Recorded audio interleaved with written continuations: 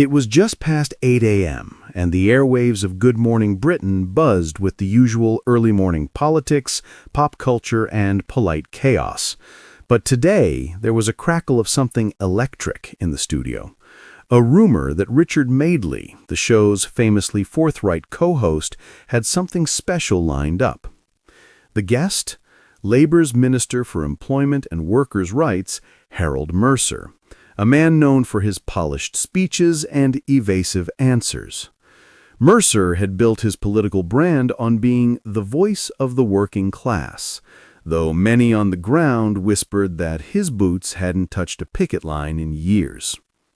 The segment started as expected: smiles, small talk, and well-rehearsed sound bites. "So, Minister," Richard began, shuffling his notes with a faint grin, "let's talk about the recent strikes. Nurses, train drivers, warehouse staff, all walking out. Do you still believe your government is supporting the workers?" Mercer nodded, slipping into his usual rhythm. "Richard, what we have here is a communication breakdown. We're actively engaging with unions, reviewing pay structures, and aiming to strike a fair balance between fiscal responsibility and—" Richard leaned forward. "Fiscal responsibility. While energy companies post record profits and your government turns down meeting requests from union leaders." Mercer blinked. "Well, that's not an entirely accurate representation." Richard held up a small, crumpled leaflet, a flyer from a recent strike in Sheffield. "I spoke to a cleaner, Margaret Davis, works 60 hours a week, still can't afford heating.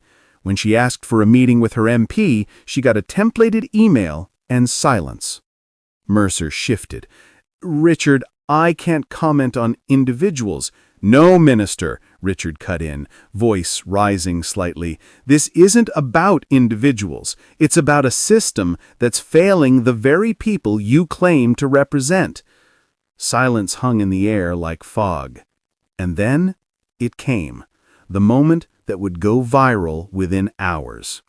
Richard leaned back, folded his arms, and issued a verdict so blistering in its simplicity it shook the set. "You've failed." 2 words. Harold Mercer looked as though someone had slapped him with a wet copy of The Guardian. He opened his mouth, then closed it. Opened again. A strange choking noise emerged, half cough, half stutter. The normally unshakable politician looked like a schoolboy caught copying homework.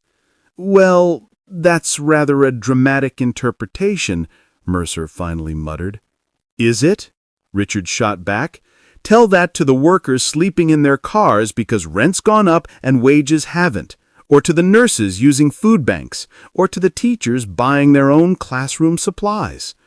Susanna Reid, co-hosting beside Richard, glanced nervously at the camera, unsure whether to step in or let the theater unfold. But it was too late. Twitter exploded. Clips of the exchange racked up millions of views within minutes. "Richard Madeley just ended the Labour minister in 2 words, read one trending post. Memes followed.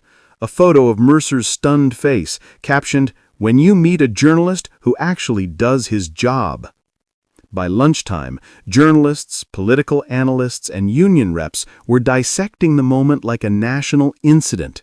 Was it a turning point, a wake-up call, or just a rare flash of honesty in a world of spin? At Westminster, Mercer reportedly canceled 2 press briefings, citing fatigue. Back in the GMB studio, Richard sipped his coffee, calm as ever. "Sometimes," he said, turning to Susanna during the ad break, "it just takes 2 words to speak the truth." She shook her head, half laughing. "Remind me never to get on your bad side." And somewhere, watching from a break room, Margaret Davis, the cleaner from Sheffield, smiled for the first time in days. Finally, someone had said it out loud.